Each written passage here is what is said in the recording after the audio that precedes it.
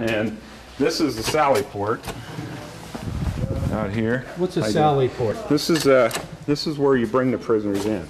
Okay. When they when an officer brings them in, because it's for a lot of different reasons, but first and foremost it's a security issue. You bring them in, they'll drive around there, they'll come in this garage. Now when they come in here, there's some features that'll be set up that if these doors are open, this door won't open, for instance. So you can't, this door won't unlock if these doors are up. Then when they're done, there's room in here to fit a prisoner truck and an ambulance, is how it was sized the way it was. There's a station here to decontamination station. You can see it's got a shower, and it's also got an eye wash center, so if we bring somebody in that's been OC'd or something, they can get them decontaminated. Here's a evidence storage room, so to speak. See this cage up there? It comes down. If we got a car that we seize for some reason, we can put it in there. Okay, yeah, right. And we can seal it off from the rest of the station. Right now, all we do is take it to a garage that a lot of people have access to and put a piece of tape around it and hope nobody touches it. Here it's secured. That's what you think it is. That's the box. It is. Yep. It is a box for bodies. Yeah. Yep. People are dying to get in that. Well, this is a morgue. And this is for, we have a victim of crime or something, homicide victim or whatever. You want to maintain a certain chain of custody on that body until it gets to the medical examiner's office. So now we're going to be able to do that here at our facility. And it's going to go back there? It goes back in there, yeah. I see, okay. So it'll be out of this. This is an area we can secure. We can bring the gate down, and this is now once that gate comes down, it's the evidence techs that have the key to it to be able to control it. Same as that evidence room downstairs.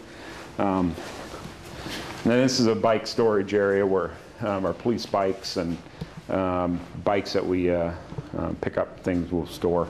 But you'll still have a bike presence. You'll still have a presence downtown. Oh yeah, yeah. Keeping that. Yeah, that's where they'll all be for the most part. Sure. Yeah, definitely. Yep, still got the presence down there. There won't be any lessening of that. So how many people do we have on at one time in here? There's nobody that's actually on duty in here. This is taken care of. Okay. The way it's set up, even the lights can be controlled from the dispatch center, and there's monitors. There's actually, I didn't show you, but back in the dispatch center, up above the door, that window that looks out to the lobby, there's 4 TV screens, big 42-inch screens, and those basically are the monitors for the cells. So they'll be able to monitor that. The on-duty officers, just like we do now, we'll come back and do the periodic checks. The officer making an arrest will come in and do the booking, but there is nobody actually staffed back here. All right. We built it for the purpose of making sure that didn't happen. Got it. Okay. That evidence room, now I'm going to kind of show you the rest of the thing there. When you come into the station, as I said, remember, they come in here and the officers come in, then they come through this door and they go downstairs. Okay. Their locker rooms are down here.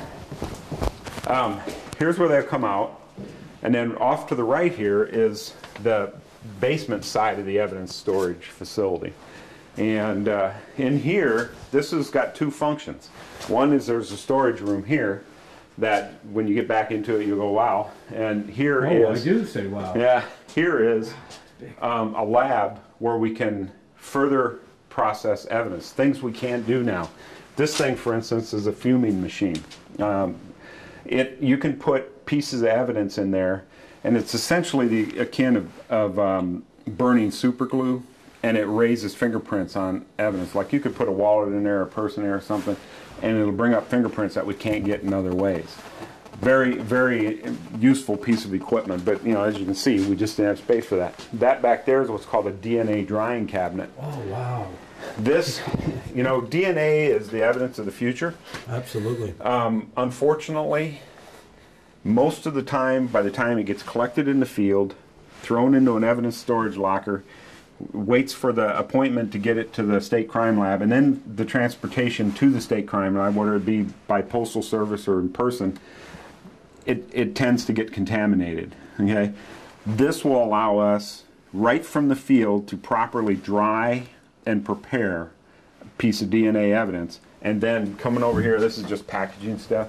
They'll be able to package it properly, and a lot of stuff that we have to right now take up in person so that we can make sure that it's handled properly, we'll be able to just throw in the mail and send up. It'll save a lot of manpower hours.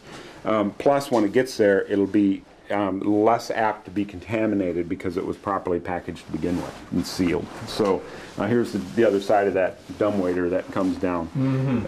And then that stuff that actually gets stored, here again's a door that will have one of those deadbolts. Yep.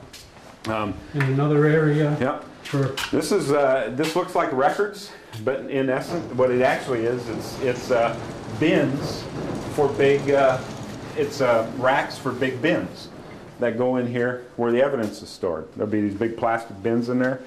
Each of the bins is assigned a number, and then when the officers take a piece of evidence, when the evidence techs take a piece of evidence and they book it in, it goes into that bin, and now we know where it is from now until the time it leaves. When it leaves here, it's scanned out, and it's put in there who it's turned over to. For instance, it's turned over to Lieutenant Adams for court. Jerry Adams takes it to court, gives it to the DA's office. He enters into the computer, evidence handed over to the DA. We've got a paper trail, chain of evidence through the whole thing. And then down this side here, they've still got to install them yet. There'll be racks, special racks for big items like guns and things like that. How long do you keep evidence for? Depends. Anymore, some things you almost got to keep it forever. But for the most part, if it's found property, we keep it about a year. If it's evidence, we generally keep it until the appeals process is run out or the potential for appeals. So this could be found stuff too? Yeah, there'll be both found and evidence. I see. Found property and evidence. Yeah, probably 80% of what we get is oops, it's locked. That's the narcotics and money vault. Okay. So, it's just a big room right now. They'll have some big file cabinets in there that special, fireproof and tamper-proof deal. So any drugs seized, confiscated, whatever, will all go right into there and stuff. And again, you got to have special access to be able to get into there. The average patrolman won't be able to come in here and get into any of these rooms, and then only 2 people will be able to get into that room. I won't even be able to get into that room unless I'm escorted by them. Right. So, oh, I see. It's that way. Look at this. It eliminates a lot of things. This is kind of this is the area where. Is this locker room? This is a locker room. Yep. It looks like a locker room. Look Yep. at this. Oh, this is incredible. Yep. Wow. This is for the males officers. Yep. Has some features. Number one, they're heavy duty for tamper resistance. Yeah. Today's police officer comes to work in plain clothes. They like to leave their stuff here at the station, their uniforms, their firearms, everything else. So these lockers have a place they can secure their firearm in there with a lock. They can plug in their radio charger, keep their radio, they can hang up all their gear, and they continually circulate air so that it dries some stuff out. Like their bulletproof vests, by the time they hang them up at the end of the shift, they're just soaking wet. Continually dries things out. Wow. And then they have everything's thought out. Yeah. Wow, look at this. Then they have a bin for their duty bags and their boots and things like that. Yep.